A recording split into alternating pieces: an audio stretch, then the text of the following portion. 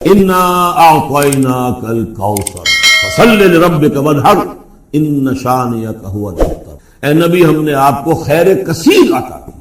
اس خیر کثیر میں یوں تو یہ کہ حوض کوثر وہ بھی اسی میں شامل ہے، لیکن یہ کہ اس پر آپ کو 25-30 قول مل جائیں گے۔ قرآن سب سے بڑا خیر کثیر ہے، بہت بڑا خیر کثیر۔ حکمت، ومن یؤت الحکمۃ فقد اوتی خیرا کثیرا، جس کو حکمت اور دانائی دے دی گئی اس کو تو خیر کثیر دے دیا گیا۔ تو ہم نے آپ کو وہ سب کچھ عطا کر دیا ہے اور محتاط کے ساتھ عطا کر دیا ہے، جو انسان کی انسانیت کے لیے اس کے لیے یوں سمجھیے کہ ترہ امتیاز بن سکتا ہے۔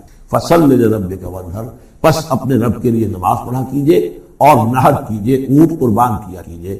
یہ گویا کہ عید الاضحیٰ کا نقشہ آ گیا۔ فصل لربک، پہلے ہم نماز پڑھتے ہیں دوگانا عید الاضحیٰ، اور پھر جا کر ہم قربانی کرتے ہیں۔ وانحر ان شانئک هو الابتر، یقیناً آپ کا دشمن ہی ہے کہ جو دم کٹا ہو جائے گا۔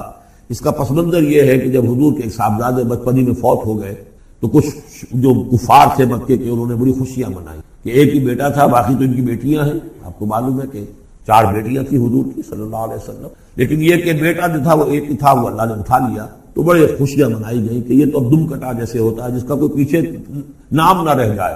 بیٹیوں سے تو نام چلتا نہیں، نام تو چلتا ہے بیٹوں سے، تو اب ان کا تو کوئی تذکرہ ہی نہیں رہے گا۔ کوئی بات نہیں، جب تک یہ ہے آگے کوئی نام لینے والا نہیں۔ تو فرمایا کہ نہیں، ان کو تو کروڑوں بیٹے اللہ عطا کرے گا، کروڑوں اربوں بیٹے عطا کرے گا۔ ہاں اے نبی، آپ کا دشمن ضرور ہے کہ جس کا نام لیوا کوئی نہیں۔ پابندی، اس کے قوانین، قواعد و ضوابط کا پورا لحاظ رکھتے ہوئے یہ ہے فصل لربک، اپنے رب کے لیے نماز پڑھیے، وانحر، اور اونٹ جو ہے نحر کیجئے، اللہ کی راہ میں قربانی کرتے رہیے۔ اس دونوں الفاظ کو جوڑ کر ایک نتیجہ نکالا ہے بعض حضرات نے کہ اس سے مراد خاص طور پر بقرعید کی نماز اور اس کے بعد جو نحر کیا جاتا ہے، آ کر قربانی دی جاتی ہے، تو یہ اس سے مراد ہے۔ لیکن یہ بھی میں سمجھتا ہوں کہ صرف ایک ذوقی سی بات ہے، ورنہ جو پس منظر ہے بالکل ابتدائی زمانے کی یہ صورتیں ہیں۔ اس وقت نہ بقرعید تھی، البتہ یہ چیزیں موجود تھیں، نماز آپ کو دے دی گئی اسی وقت۔ اور ظاہر بات ہے کہ جب تک آپ مکے میں رہے یقیناً آپ ہر سال حج کرتے رہے۔ کیسے ممکن ہے کہ آپ حج نہ کرتے؟ جب اسی کعبے کا طواف کر رہے تھے جس میں 360 بت تھے، وہیں کھڑے ہو کر نماز پڑھتے تھے اور سجدہ کرتے تھے جہاں دائیں بائیں بت رکھے تھے، تو حج کے معاملے میں تو ایسی کوئی شے تھی ہی نہیں۔ مینا میں جانا ہے، عرفات میں جانا ہے، مزدلفہ میں، یا جو بھی ان کا باقی رہ گیا تھا، تو ہر سال آپ حج بھی کرتے ہوں گے، اور یقیناً بہت سے اونٹ آپ قربان بھی کرتے ہوں گے۔ آپ نے حجۃ الوداع میں 100 اونٹ نحر کیے ہیں، جن میں سے 63 اپنے دست مبارک سے نحر فرمایا، اور بقیہ 37 حضرت علی نے آپ کی طرف سے 100 اونٹ۔ تو اس سے اندازہ کیجئے کہ جو ابتدائی دور ہے، یہ صورتیں جب نازل ہو رہی، اس وقت تو حضور کی جو ہے مالی حالت بھی بہت اچھی تھی۔ حضرت خدیجہ متمول ترین خاتون عرب کی، وہ آپ کے حوالہ عقل میں تھی۔ اس اعتبار سے یقیناً اس وقت بھی آپ نحر کرتے ہوں گے، اور نحر جیسا کہ میں بیان کر چکا ہوں، اس دور میں غریبوں کو کھانا کھلانا، گوشت کا بانٹ دینا، وہ یہ در حقیقت ان کے ہاں سخاوت کا سب سے بڑا مظہر تھا۔ فصل لربک وانحر، تو اے نبی آپ کو شکرانے میں وہ سارا خیر کثیر جو آپ کو عطا ہوا ہے، اسی لیے دیکھیے وہ نماز تہجد جب آپ پڑھتے تھے اور اتنی طویل رکعتیں پڑھتے تھے کہ آپ کے پاؤں متورم ہو جاتے تھے، تو لوگوں نے کہا حضور آپ اپنے اوپر اتنا تشدد کیوں کر رہے ہیں؟ آپ پہ تو اول تو کوئی گناہ ہے نہیں، کوئی آپ کے مقام کے اعتبار سے اگر کسی شے کو کہا جائے کہ کوئی فروگزاشت ہے تو اللہ تعالیٰ اس کی بھی معافی کا اعلان کر چکا، تو پھر آپ کی مشقت جھیل لیں۔ تو جواب آپ کا کیا تھا؟ افلا اکون عبدا شکورا، تو کیا میں اپنے رب کا ایک شکر گزار بندہ نہ بنوں؟ میری یہ نماز شکرانے کی نماز ہے، میں اپنے رب کا شکر ادا کر رہا ہوں، اس نے جو مجھے خیر کثیر عطا فرمایا۔ اب جس درجے کا وہ خیر کثیر ہے اسی درجے کا شکر مجھے اپنی امکانی حد تک ادا کرنا ہے۔ تو فصل لربک وانحر یہاں شکرانے کے طور پر ہے، انا اعطیناک الکوثر فصل لربک وانحر ان شانئک هو الابتر، یقیناً جو آپ کا دشمن ہے وہی ابتر ہے۔ اس ابتر کے لفظ کی مجھے وضاحت کرنی ہوگی۔ شنا، شین، نون اور حمزہ آتا دشمنی کے لیے۔ وَلَا يَجْرِمَنَّكُمْ شَنَآنُ قَوْمٍ عَلَىٰ أَلَّا تَعْدِلُوا اعْدِلُوا هُوَ أَقْرَبُ لِلتَّقْوَىٰ، دشمنی کسی قوم کی تمہیں آمادہ نہ کر دے کہ تم عدل سے راستہ جو ہے اپنا بدل لو، اور دستکش ہو جاؤ، عدل پر رہو، چاہے تمہارا دشمن ہے اس کے ساتھ بھی انصاف کرو۔ تو یہ شان یہ ہے، اس کے معنی دشمن۔ ان نشانیہ کا ہو الابتر، یقیناً آپ کا دشمن ہی ابتر ہے۔ ابتر کے معنی کیا ہے؟ با تا را کا مادہ آتا ہے بطر، کسی شے سے کٹ جانا۔ خاص طور پر ایک درخت ہے، اس کی شاخ کٹ گئی، علیحدہ ہو گئی، شاخ بریدہ، ظاہر بات ہے اب اس کے لیے زندگی نہیں ہے۔ جب تک درخت سے جڑی ہوئی تھی اس کے لیے تر و تازگی تھی، وہ بڑھے گی، اس پر پھل بھی آتا اگر وہ آم کا درخت تھا۔ اب جب کٹ گئی تو اب وہ سوکھے گی، ختم ہو جائے گی، اس کے لیے کوئی تر و تازگی نہیں ہے، اس کا کوئی شاندار مستقبل نہیں ہے۔ تو یہ کسی شے سے کٹ جانا، اسی معنی میں قوم سے کٹ جانا، علیحدہ ہو جانا، تنہا رہ جانا۔ لا تجعلنی فردن، مجھے اکیلا نہ بنا دے۔ تو یہ جو آتا ہے کہ میں اکیلا نہ رہ جاؤں، اس کے لیے بھی یہ لگ رہا تھا۔ اور پھر جس کا ذکر یا جس کا سلسلہ منقطع ہو جائے، جس کے ہاں اولاد نہ ہو، اب نام اس کا کہاں رہے گا، ختم ہو جائے گا، اولاد نہیں ہے، وہ بھی ابتر ہے۔ گویا کہ اس کا ذکر باقی رکھنے والا کوئی نہیں رہا، اس کا نام نہیں رہے گا دنیا میں، اس لیے کہ اولاد نہیں، خاص طور پر اولاد نرینہ۔ اسی طریقے سے جس جانور کی، جس چوپائے کی دم کٹی ہوئی ہے اسے ابتر کہتے تھے، دم کٹا، اس لیے کہ یہاں بھی کوئی شے کٹی ہوئی ہے اس کے جسم سے۔ تو یہ مختلف الفاظ ہے، یہ معنی ہے اس لفظ کے ابتر کے۔ اب اس کو نوٹ کیجئے، حضور کو ابتر کہا قریش نے، کن کن معنی میں کہا اس کی تفصیل میں ابھی آپ سے سنا رہا ہوں، اور اس کا جواب دیا جا رہا ہے کہ یہ آپ کو ابتر کہہ رہے اے نبی، در حقیقت یہ ابتر ہوگی، بلکہ یہ ابتر ہے۔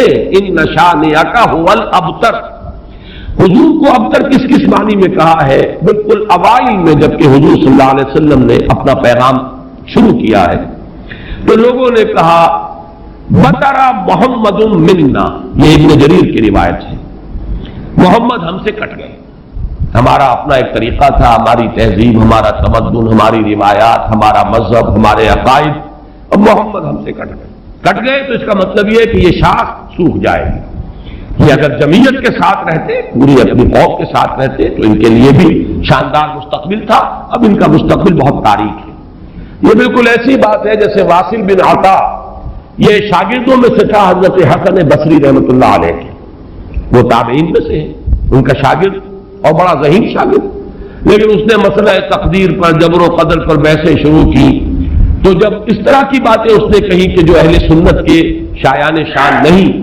تو پھر حضرت حسن بصری نے اسے اپنے درس سے نکال دیا اور کہا کہ اعتزل عنا، یہ ہم سے علیحدہ ہو گیا، اب اس کا راستہ علیحدہ ہے، اس کا ہم سے کوئی تعلق نہیں۔ اسی اعتزل عنا سے اعتزال کا مذہب بنا ہے، اور معتزلہ کہلاتے علیحدہ ہو جانے والے لوگ۔ تو اسی طریقے سے قوم کا پہلا ریئیکشن یہ تھا حضور صلی اللہ علیہ وسلم کے بارے میں کہ بطرا محمد منا، محمد ہم سے کٹ گیا صلی اللہ علیہ وسلم۔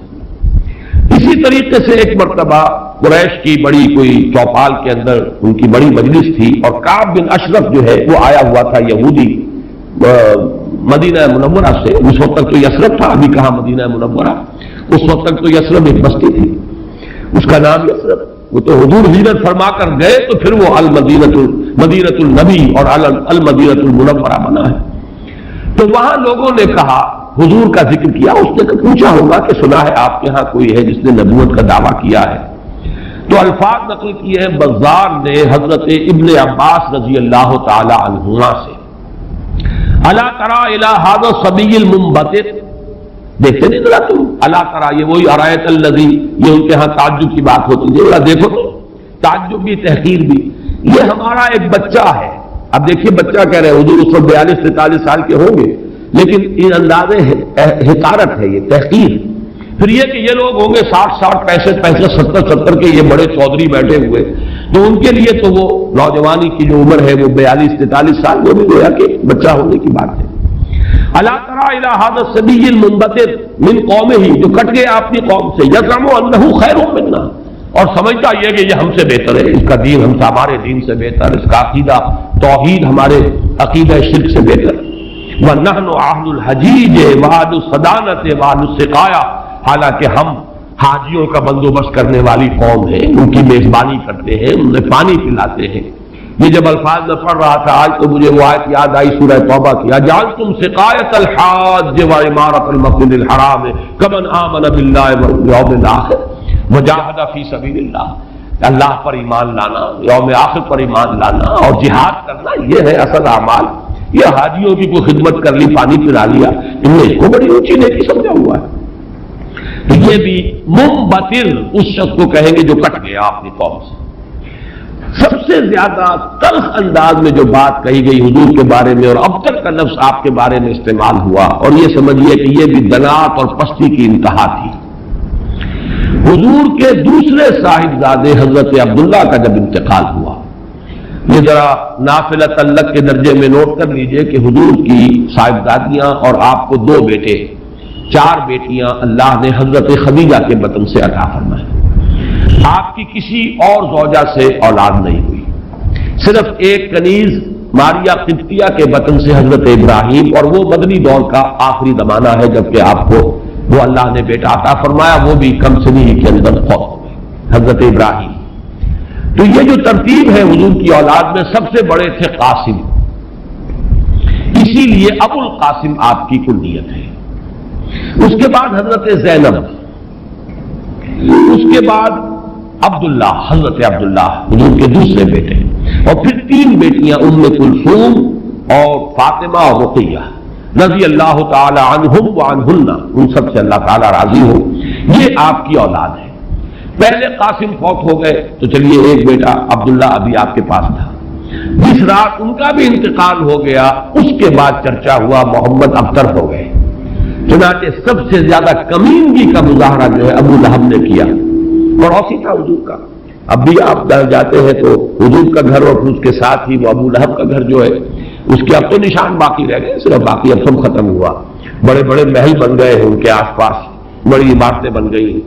ابو لہب دوڑا دوڑا گیا ہے اسی شب، ادھر انتقال ہوا ہے عبداللہ کا، اور وہ دوڑا ہوا گیا، اس نے جا کے خوشخبری دی، بطر محمد اللیلہ، آج کی رات محمد کی جڑ کٹ گئی، محمد ابتر ہو گیا صلی اللہ علیہ وسلم۔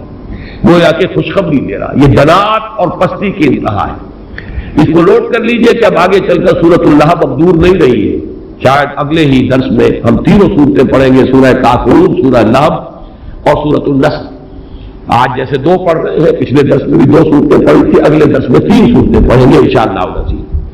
بدترین انسان، ارذل الخلائق جو تھا حضور کے دشمنوں میں، وہ ابو لہب تھا، قریب ترین عزیز، حضور کا سگا چچا، لیکن یہ کہ بدترین دشمن، اور دشمن بھی دشمن میں فرق ہے۔ خدا پنج انگوش یکساں نہ کر، نہ ہر زن زنستو نہ ہر مرد، خدا پنج انگوش یکساں نہ کر۔ آپ کے موافقین اور مومنین بھی برابر نہیں تھے، کہاں حضرت ابو بکر رضی اللہ تعالی عنہ، کہاں اس دور کے کوئی عام صاحب، پھر آپ کے دشمن بھی برابر نہیں تھے۔ تو بدترین دشمن یہ ابو لہب ہے، اور اندازہ کیجئے اس کی دنات کا کہ بطر محمد اللیلہ، آج کی رات محمد کی جڑ کٹ گئی، ابتر ہو گئے محمد، معاذ اللہ۔ یہی لفظ کہے تھے پھر عاص ابن وائل سہمی، جو آپ کے دشمنوں میں سے، مخالفین میں سے بہت بڑا چودھری تھا، ان محمد الابتر، اب تو محمد ابتر ہو گئے، ان کی جڑ کٹ گئی۔ لا ابن لہ یقوم مقامہ بعدہ، اب ان کا کوئی بیٹا رہا ہی نہیں کہ جو ان کی جگہ، ان کے مقام پر، ان کی جگہ پر کھڑا ہو، جانشین بنے، ان کے مشن کو آگے لے کر چلے۔ فَإِذَا مَاتَ انقطع ذِكْرَهُ، جب محمد فوت ہو جائیں گے تو ان کا ذکر بھی منقطع ہو جائے گا۔